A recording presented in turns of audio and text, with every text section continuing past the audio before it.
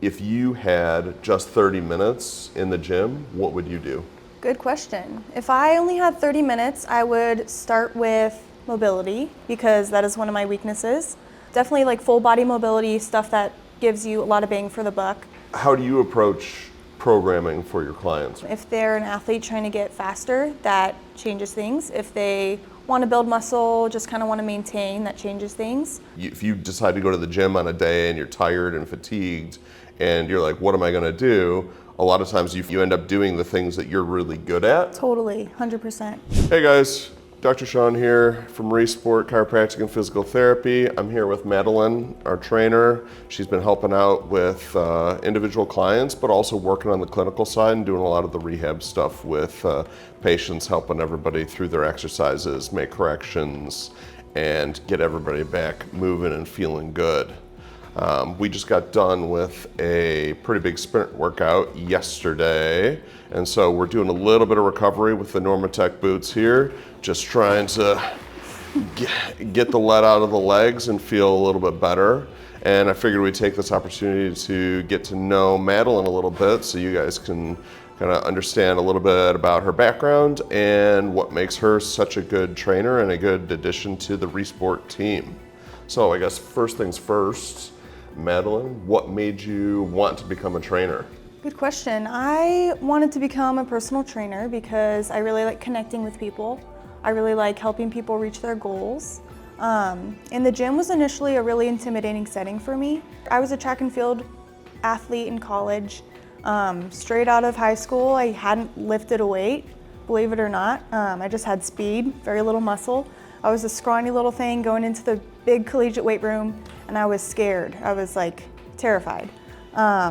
They were like, all right, let's do power cleans day one. And I was like, I've never even heard of a power clean. So the gym was a really intimidating setting for me, but I actually ended up loving it. I learned that if you really put a lot of work into it, you can get a lot out of it, both like emotionally and physically.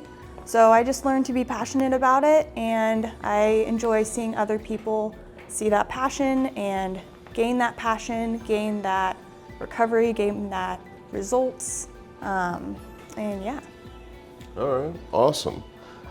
What would you say are some of the biggest misconceptions or the biggest misconception about kind of working with a trainer?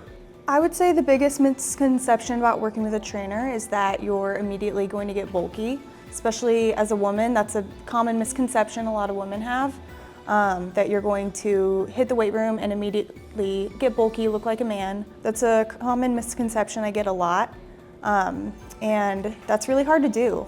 If that's your goal, that's something we can reach and work towards for sure, but if that's not your goal, don't worry about it. It's not going to happen.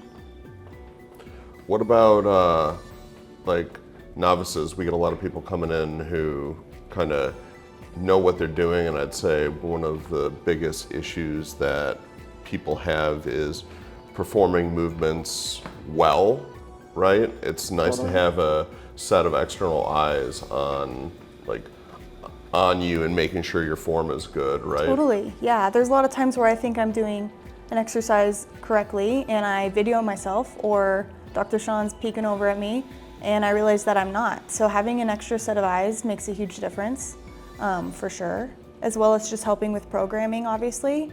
Yeah. Yeah, that's one of the biggest things we find too. Like, programming is really one of the biggest and most important aspects. It's essentially the meat of what you're doing in the gym. So your decision of what to do on a day, right, is determined by, all right, here's our program. Some people work from a program they might have found online. Some people work from stuff in a magazine. Women's Health or Men's Health have set programs like arm blasters or booty blaster or booty gains, leg gains, right? Mm-hmm. But programming specifically for your individual goals is really important. Totally. And also not necessarily just playing towards what we call your biases towards. So if you decide to go to the gym on a day and you're tired and fatigued and you're like, what am I gonna do?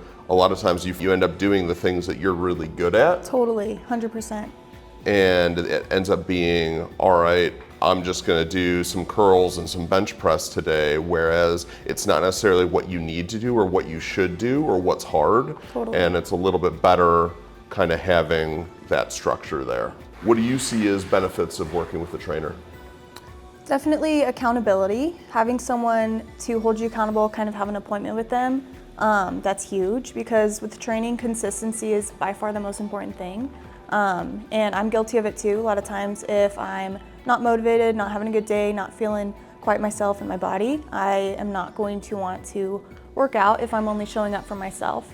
Having someone else to show up for makes it a lot easier to be accountable, a lot easier to be consistent. Also, definitely that programming aspect we were just talking about. Programming is the most important thing. Personal trainers can help you tailor your program to your goals, what you want to get out of training, as well as keep in mind your injuries, your mobilities, your weaknesses, and help you work those out. So I would say benefits of a personal trainer is definitely the accountability as well as programming. That'll help you get the results you want as fast as it can happen. Yeah, I definitely agree with that. One of the biggest complaints people have coming in the door when we talk about physical activity levels and what they're able to do, and when I ask them how much they exercise and stuff like that, is time, right? Totally. Biggest constraint is time, right? We got 24 hours in a day. We're up for 12 to 14, maybe a little bit longer if we're trying to get those 8 hours of sleep a night. But that time crunch is definitely something, the day just gets away from us a lot. Totally. But one of the things we try to tell people is if you only have 5 minutes to do something, or 10 minutes or 30 minutes, rather than setting aside, all right, you don't need 2 hours to work out in the gym, you don't need an hour and a half, right? Even a shorter workout can be really helpful and just get that cardio going, get that heart rate going, get those muscles burning, okay, and feeling good. So if you had just 30 minutes in the gym, what would you do? Good question. If I only had 30 minutes, I would start with mobility, because that is one of my weaknesses. Definitely like full body mobility, stuff that gives you a lot of bang for the buck, bootstraps. So start with full body mobility, activating everything, and then I would move into a compound lift, something that uses the whole body, something like deadlift, bench press, power clean, squat, something big that uses everything. And I would pick a theme for the day, push, pull. So let's say I do deadlift, that would be a hinge, which I consider a pull. So I would pair that with a pull. For example, pull-ups. I would probably start with pull-ups because pull-ups are a weakness of mine. So I would start with a compound lift, kind of get everything moving, then move on to a weakness of mine, and then finish out with some unilateral stuff, like some single arm rows, single leg RDLs to get that unilateral component in. And yeah, I think that would take about 30 minutes. What do you find are the most important things to kind of hit for warm-ups? A lot of times we talk to patients, especially after we've worked with them a little bit, we've given them a few exercises, and sometimes they feel a little bit overwhelmed with, I've got 30 minutes of things that I need to do before warm-up or before my workout. Totally. What would you tell that patient? Like, do they need 30 minutes to warm up, or do they need more like 5 to 10 minutes? I would say you can definitely get away with 5 to 10 minutes. I would say pick the things that apply to your workout. For example, if you are doing a hinge day, a pull day, start with pulling exercises for the upper body to really activate those muscles. Start with hinging, warm up the backside of the legs a little bit more, put a little bit more love into the muscles that are going to be used for that day, as well as your weaknesses. For example, if you're squatting and you're like, hey, my ankles always inhibit my depth for my squats, I would really focus on loosening up your ankles for that warm up, and just spend 5 to 10 minutes doing exercises that really apply to what you're doing for that day and what you need. Definitely. Yeah, I agree with that. We try to keep, I coach CrossFit every once in a while, and we try to keep that warm up to 10 minutes. But Yeah. like you said, it's pretty structured and tailored towards what we're doing for that day. You want to just make sure you hit that. You don't have to do everything all the time. Totally. And then the other thing you can do is you can do sneaky mobility in between sets too, rather than just sitting there and looking on your phone and scrolling Yeah. and stuff. You can sneak some core work and some mobility work in between sets too, and that's kind of a sneaky way to kind of keep warming up as you're kind of going through and like making your progress through your workout.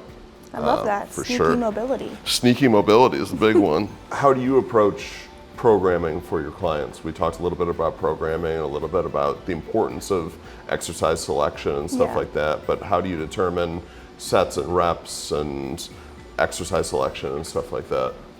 Definitely depends on the client's goals. If they're an athlete trying to get faster, that changes things. If they want to build muscle, just kind of want to maintain, that changes things. Also depends on how many days a week, the frequency. If it's something more like 3 days a week, I would maybe do a day that is more upper body focused, a day that is more lower body focused, and then like a full body, more cardio day. Kind of depends on how many days you have available, how many days you're realistic to train.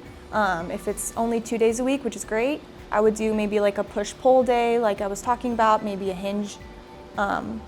So a push day, kind of like lower body push, squat, upper body push, and then a hinge day, which is hinging and pulling. So that's how I would break that up. And then exercise-wise, again, depends on your goals. If you're a runner, I would do a lot of unilateral stuff.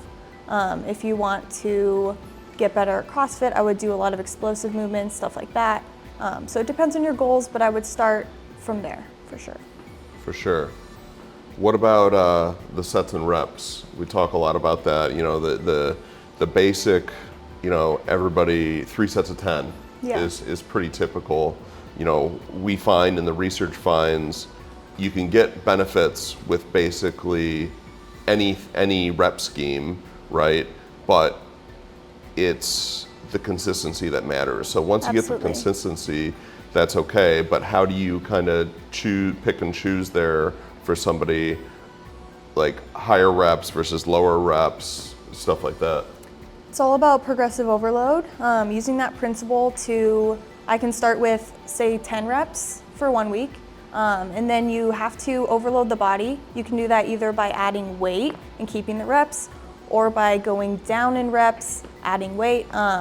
Just as long as you keep the principle of progressive overload, you're going to reach those results. So I usually start on the higher end of the reps, usually like 10, 12 maybe, as I'm starting out, and then go down in weights from there as you get warmed up, as the body gets stronger.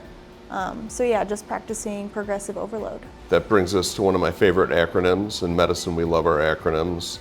There's so many, it's so hard to keep track, but definitely the SAID principle, which is SAID, which is specific adaptation to imposed demand, which is just a fancy way of saying, which you've probably heard, if it doesn't challenge you, it doesn't change you. At some point, if you do the same thing all the time, the same rep scheme, the same load, or you're not gonna get results, and your body's just gonna get used to it. And so at a certain point, you've gotta change the number of reps, the number of sets, or the amount of time, or the load, right? Yeah. To actually challenge those muscles so you're getting that soreness. Now, we don't wanna get so sore that you can't walk or you can't stand up or you're falling down, right, while you're sitting down on the toilet. Us yesterday. Yeah, that was basically us yesterday. A little bit too much, too fast maybe, but it was good, and today we're feeling pretty good. So, you know, we have to get that challenge, and we have to stress the muscles to the point where we're getting sore. If you're not really getting sore, if you're not getting sore in the right places, then typically we're either not working out or doing the exercise in the right way. We might be doing too much weight, and you might be using different muscles than we're trying to get, or we might not be doing enough weight and you're not challenging the muscles enough to actually get that. Yeah. But yeah, I think that's a huge thing, and so kind of that exercise selection and the reps and sets does get a little bit nuanced, and that's where it helps having your experience there to make the right decisions and program accordingly. So that's the big thing. So Well, this has been a great catch up, and obviously this feels really good on the legs after being pretty sore and in the calves and the hamstrings for sure. So I like this. We're gonna keep doing some of these sessions. We'll answer a few more questions next time and get to know you, keep getting to know you a little bit more, and talk about some kind of hot topics in exercise and lifting, just to keep people informed. And then yeah, we'll go from there. But tune in next time, and we'll get some more questions going. And feel free to ask any questions if you have any comments or anything you want to know. Yeah, drop them in, and we'll get things going. But thank you guys so much, and we'll look forward to catching up soon.